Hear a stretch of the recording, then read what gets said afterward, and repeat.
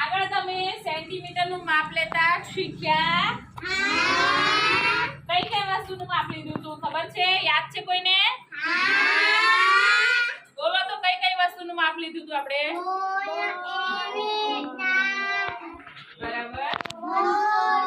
પછી rubber, સંચો, compass, pencil. હા, સરસ. બરાબર. હવે આ બધી વસ્તુ આપણે સેન્ટીમીટર માં માપી હતી. બરાબર? આપણે નમ્યાબેન નહીં પણ રૂહીબેનનું નાક પણ માપ્યું છે ને?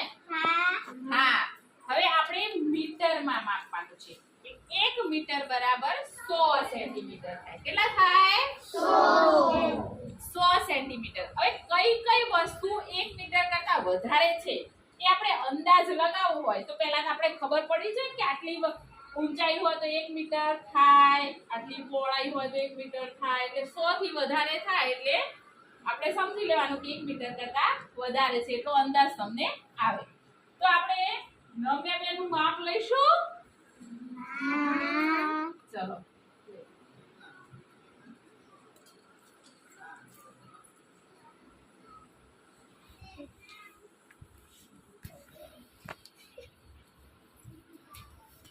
કેટલું છે માપ? 112 સેન્ટીમીટર. કેટલા છે? 112. એટલે નમ્યાબેન 1 મીટર કરતા વધારે ઊંચાઈ વાળા છે. બરાબર? હવે એના કરતા પછી બીજી વસ્તુ છે આપણે દુપટ્ટો. હવે દુપટ્ટો આપણે માપીશું. ચલો પકડો, આમ પકડો તો.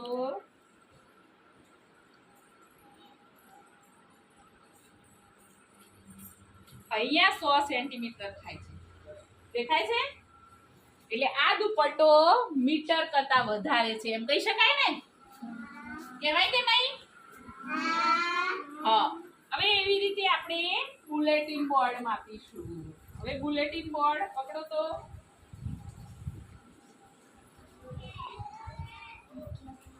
કેટલું છે? દેખાય છે? કેટલું છે? 119. એટલે આ બુલેટિન બોર્ડની પહોળાઈ છે એ પણ 1 મીટર કરતા વધારે છે. હવે તમારે મેજર ટેપથી બધી અલગ અલગ વસ્તુઓ માપવાની છે અને પછી કહેવાનું છે કે આ વસ્તુ મીટર કરતા વધારે છે, આ મીટરથી નાની છે. કેટલું માપ થયું? 92. સરસ. હવે એની લંબાઈ માપો. 122. સરસ. 122. આ ટેબલની પહોળાઈ 122 છે. હવે લંબાઈ કેટલી છે એ તમારે માપવાની છે. 63. સરસ. માપ છે 90. સરસ. હવે એની લંબાઈ માપો.